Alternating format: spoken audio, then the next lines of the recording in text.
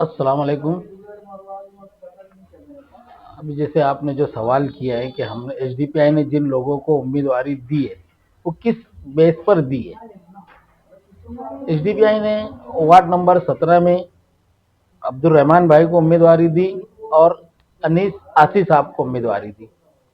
ये लोग पार्टी के साथ जुड़े हुए हैं, कमोबेश 1 साल से ये लोग एसडीपीआई के साथ जुड़े हुए हैं और एसडीपीआई ने इनके पीछे वो मेहनत की है, इनको वो ट्रेन किया है कि ये चुन कर आने के बाद आवाम कारपोरेशन से आवाम की बुनियादी सहूलतों के लिए काम किस ढंग से किया जाता।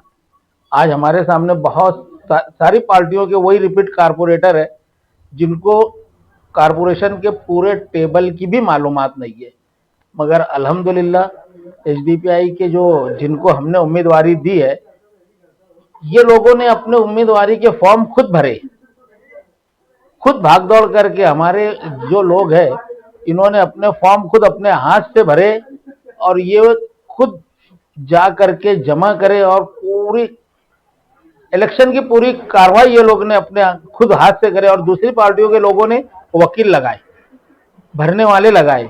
तो ये उनमें और इनमें ये फर्क है।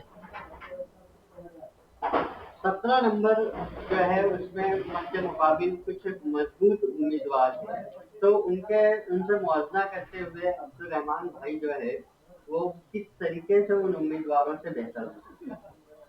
देखिए, सबसे बड़ी बात अब्दुल रहमान भाई की ये है कि जिस हल्के से और जिस जगह से वो उम्मीदवारी कर रहे हैं, वार्ड नंबर 17 सलामताबाद से, यहाँ पर दूसरी पार्टियों के लोगों ने अपना एक सियासी प्रेशर बना के रखा हुआ है, डर का माहौल बना के रखा हुआ है। यहाँ के लोगों की सलाहियतों को वो उजागर होने नहीं देते। जो लोग उनके पीछे बरसों बरस से उनकी यानी जी हुजूरी कर रहे, उनके यहाँ पर 20-20 साल से 15-15 साल से जो उनके यहाँ पर, मैं ये कह दूं कि जो यानी जिसको ये वफादार बोलते, तो उनको वो वफादारी का सिला भी नहीं दे रहे। जहां पर उम्मीदवारी की बात आती, टिकट की बात आती, 15-15 हजार तो ले लिए, मगर टिकट देने की जब बात आई या उनकी सलाहियतों को जब उजागर करने की बात आई तो उनको रिजेक्ट तो कर दिया गया। और अब्दुल रहमान के अंदर वो जुर्रत थी कि उसने ऐसे हालात में और ऐसे इलाके में जहां पर लीडरों के मानने वालों का भी खौफ है, जहां पर डराया जाता है कि तू यहां से इलेक्शन लड़ेंगे, इनके ये कैसे लोग हैं, वो वैसे लोग हैं, वो तुम्हारे साथ ऐसा करेंगे, ऐसे हालात में अब्दुल रहमान ने उम्मीदवारी की ख्वाहिशमंद की और एसडीपीआई के झंडे को थामा।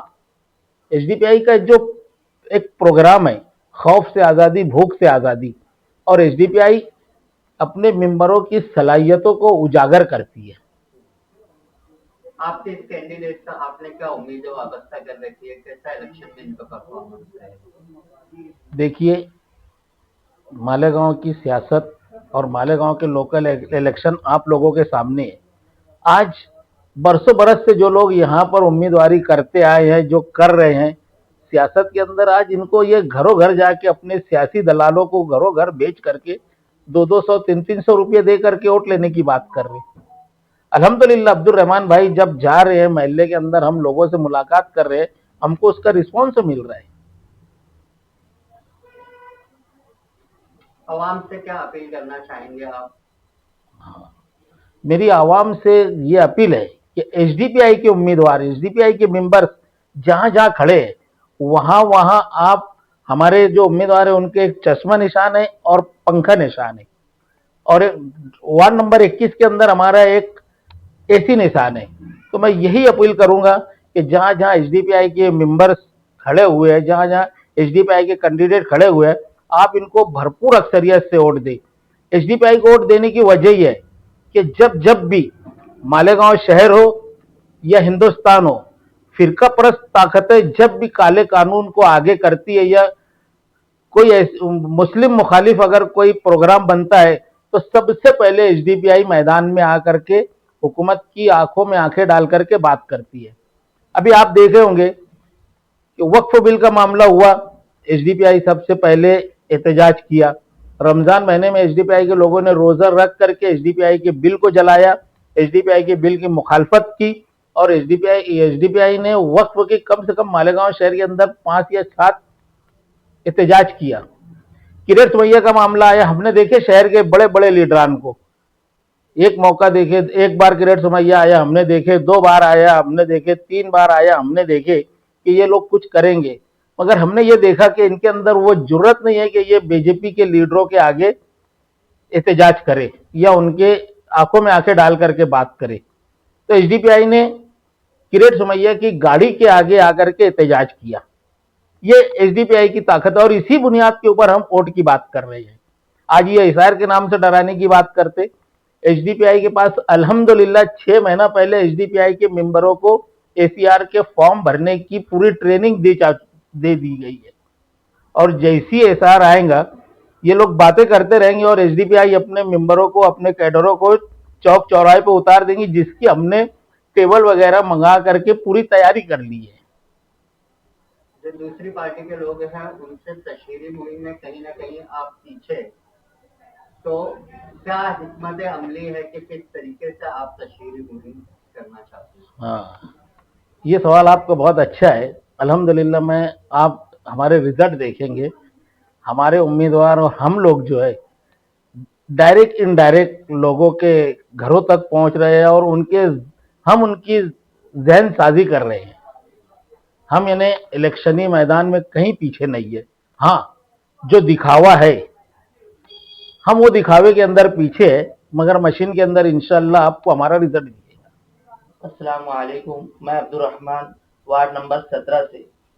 मुझ पर एसडीपीआई पार्टी के सदर साहब और जिम्मेदारान ने जो भरोसा किया है और मुझे पार्टी से जो टिकट दिया है वार्ड नंबर 17 से लड़ने के लिए, तो मैं आवाम से ये गुजारिश करता हूँ कि मैं जब भी इलेक्शन के रिजल्ट डिक्लेयर होंगे और रिजल्ट आने के बाद इंशाल्लाह हम कामयाब होंगे, और कामयाब होने के बाद पार्टी ने जो भी कवानीन रूल बनाए हैं हम पर कि आवाम के मफाद के लिए काम करना है, हमारे हक आवाम के हक में बेहतर करना है, हम उस उसूल पर कायम रहकर आवाम की खिदमत करेंगे इंशाल्लाह।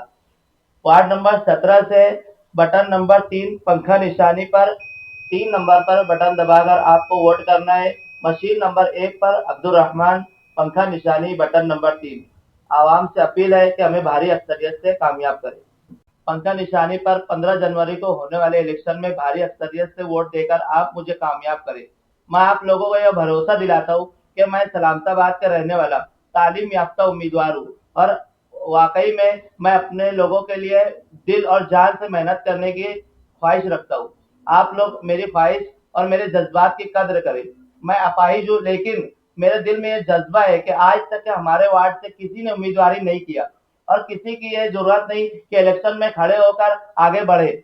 मैं ये कोशिश कर रहा हूँ सिर्फ अपने वार्ड की बेहतरी के लिए, वार्ड के अंदर अच्छी चीजें लाने के लिए, स्कूलों के सुधार के लिए, गार्डन के सुधार के लिए, जो भी वार्ड के अंदर बेहतर हो सकता है, सेहत के ताल्लुक से, तालीम के ताल्लुक से, रोजगार के ताल्लुक से और साफ सफाई के, इन तमाम मुद्दों पर इंशाल्लाह मैं शुरू से लेकर आखिर तक डट कर मेहनत से काम करूंगा।